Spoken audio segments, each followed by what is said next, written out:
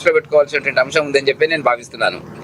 ఎందుకంటే phone tapping అనేది బహుశా ప్రపంచంలో తెలంగాణలో కేసీఆర్ జమానాలో జరిగినంత విపరీతంగా, విస్తృతంగా, చట్ట వ్యతిరేకంగా, వ్యక్తిగత జీవితంలోకి తొంగి చూసేటువంటి విషయం లోపల కానివ్వండి, భార్యాభర్తల విషయంలో కానీ బెడ్రూమ్లో ప్రవేశించినటువంటి సందర్భమే కాకుండా ఆర్థిక అంశాలను ఫోన్ ట్యాప్ చేసి డబ్బులు వసూలు చేసి బ్లాక్మెయిల్ చేసి ముఖ్యంగా రియల్ ఎస్టేట్ వ్యాపార వర్గాలను అనేక రకాలుగా ఇబ్బందులు చేసినటువంటి సంఘటనలు జరిగిననేటువంటిది వార్తలు మనకు కనపడుతున్నప్పుడు దేశంలో ప్రజాస్వామ్యంలో తెలంగాణ అనేటువంటిది ఒక భాగమా కాదా అనేటువంటిది మనకు వచ్చినటువంటి ఒక ఆలోచన. ఏదైతేనేమి చివరికి అనేక మంది రాజకీయ ప్రత్యర్థుల కోసం ఫోన్ ట్యాపింగ్ చేయడము, తన సొంత పార్టీకి సంబంధించినటువంటి సొంత కుటుంబ సభ్యులకు సంబంధించినటువంటి దాంట్లో కూడా ఫోన్ ట్యాపింగ్ చేయడం జరిగింది. దాని గురించి మనకు అందరికీ తెలిసినటువంటిదే. సరే, దర్యాప్తు వేసినారు.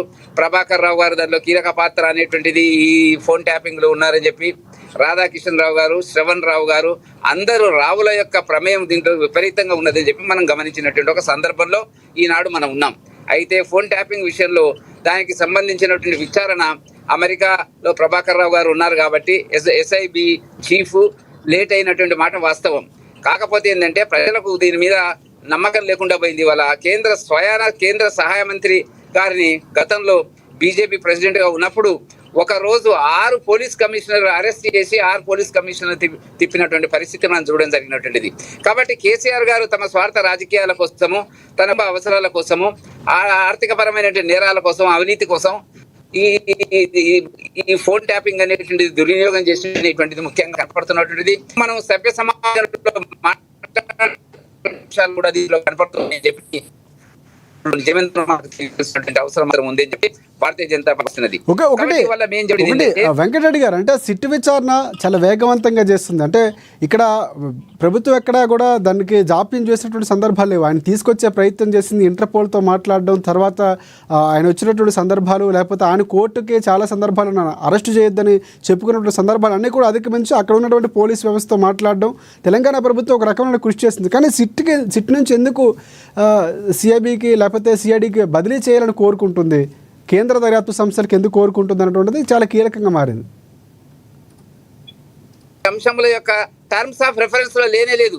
టెక్నికల్ గా డిజైన్, రీడిజైన్, డిసిషన్ మేకింగ్ అనేటువంటి దాని మీదనే రిపోర్ట్ వచ్చింది తప్ప ఇవాళ ఆ కాలువలు తవ్వడం కానీ, ఏవైతే లిఫ్ట్ ఇరిగేషన్ కు సంబంధించినటువంటి మోటార్లు ఫిక్స్ చేయడం కానీ, పైపులకు కానీ వీటికి సంబంధించిన అవినీతి రానేలేదు.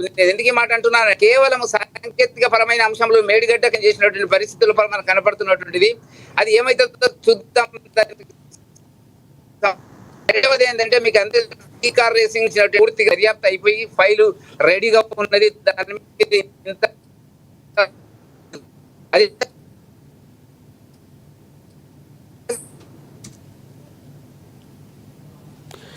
రైట్. వెంకటరెడ్డి గారి మనకి సిగ్నల్స్ సరిగ్గా లేవు. ఒకసారి మనం బీఆర్ఎస్ పార్టీ మిత్రులు జాయిన్ అయ్యారు. రామ్మోహన్ గారు నమస్తే అండి. నమస్తే అండి రాజశేఖర్ గారు. నమస్తే. నమస్తే.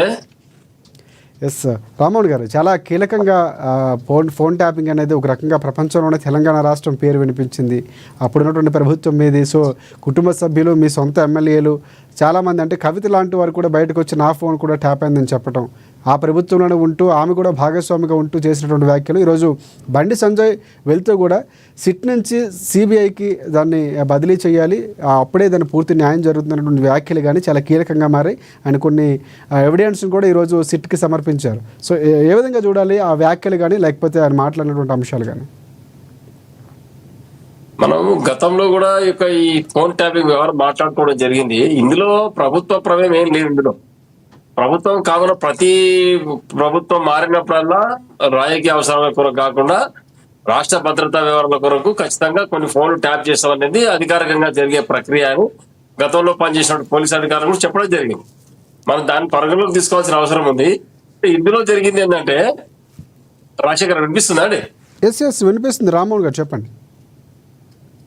ఇందులో మనం గమనించాల్సిన విషయం ఏంటంటే, ప్రభుత్వం యథాబలంగా జరగాల్సిన ప్రక్రియను కొంతమంది అధికారులు లాలూచి వల్ల దాన్ని పక్కదో పట్టించడం జరిగింది. దానికి ప్రభుత్వాన్ని ఆపాదించి కేసీఆర్ గారు ఏమో చేసిర్రు, కేటీఆర్ గారు ఏమో చేసిరని బురద జిల్లా ప్రయత్నం చేసిన ప్రతిపక్షాలు. ఇందులో ప్రభుత్వం చేసింది ఏం లేదు. ఎప్పుడైతే ప్రభుత్వ పరంగా తప్పనిసరి పరిస్థితిలో కొన్ని ఫోన్లు ట్యాప్ చేసే అంశం పరిగణలోకి తీసుకోవడం జరుగుతుంది. అది ఖచ్చితంగా ప్రతి ప్రభుత్వం ఈ పని చేసే ప్రక్రియ అనేది నిరంతరం జరిగే ప్రక్రియ అని గతంలో పనిచేసే పోలీస్ అధికారులు చెప్పడం జరిగింది. దాంట్లో ఇక్కడ పనిచేసే అధికారులు కొంతమంది ఏదైనా వాళ్ళు అత్యుత్సాహం ప్రదర్శించి కొంతమంది సంబంధం లేని వ్యక్తుల యొక్క ఫోన్లు కూడా ట్యాప్ చేసి ప్రభుత్వం మన్నలను పొందాలనుకున్నారా, మరి వాళ్ళ వ్యక్తిగత ప్రయోజనాలు ఏమైనా ఆశించారా అనేది విచారణలో తేలాల్సిన అవసరం ఉంది. వాళ్ళందరూ కూడా జైల్లోకి పోయి మళ్ళీ బెయిల్ పేరు బయటకు వచ్చారు. ఈ వ్యవహారం అంతా న్యాయస్థానంలో ఉంది. ఆ ప్రక్రియ అంతా మన కోర్టు మొత్తం విచారణ చేసి దోషులు ఎవరైనా తేల్చే వరకు కూడా మనం ఎవరి మీద నింద మోపడానికి ఆస్కారం లేదు. కానీ ప్రతిపక్షాలు కేవలం ఒకటే అవకాశం ఒకటే దొరికింది మీరు కాబట్టి అన్నట్లు విచారణ జరుగుతుంది, ఫైనల్ రిపోర్ట్ వచ్చినంత వరకు ఎవరిని మాట్లాడడానికి లేదు. కానీ ఇక్కడ ముందుగానే క్లియర్ కట్గా చెప్తున్నారు కేసీఆర్ అధికారులు చేసినటువంటి సందర్భాల్లో కూడా వారు ఆదేశాలు ఇవ్వకుండా లేకపోతే మావోయిస్టుల పేరుతో వచ్చిన లిస్టు ప్రకారమే మేము అక్కడ ఫోన్ ట్యాపింగ్ చేసాం తప్ప లేకపోతే వ్యక్తిగతంగా చేయాల్సిన అవసరం లేదని కూడా అధికారులు చెప్పినట్టు తెలుస్తుంది. నేను కూడా అదే చెప్తున్నాను విషయం. ఇక్కడ ఎవరైతే ఫోన్లు ట్యాప్ చేయాల్సిన అవసరం ఉంటుందో వాళ్ళ ఫోన్లు ట్యాప్ కావడం అనేది నిరంతరంగా జరిగే ప్రక్రియ.